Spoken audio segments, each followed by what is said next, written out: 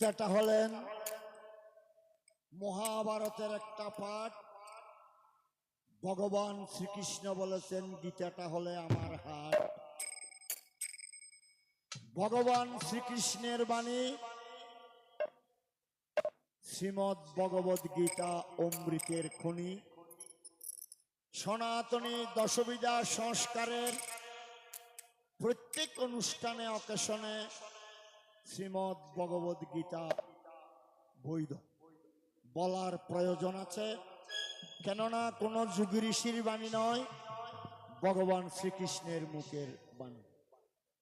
সে কারণে আজকে যেই মামনির উদ্দেশ্যে আমরা সবাই গীতা পাঠে মনোনিবেশ করলাম, এই মায়ের কথাটা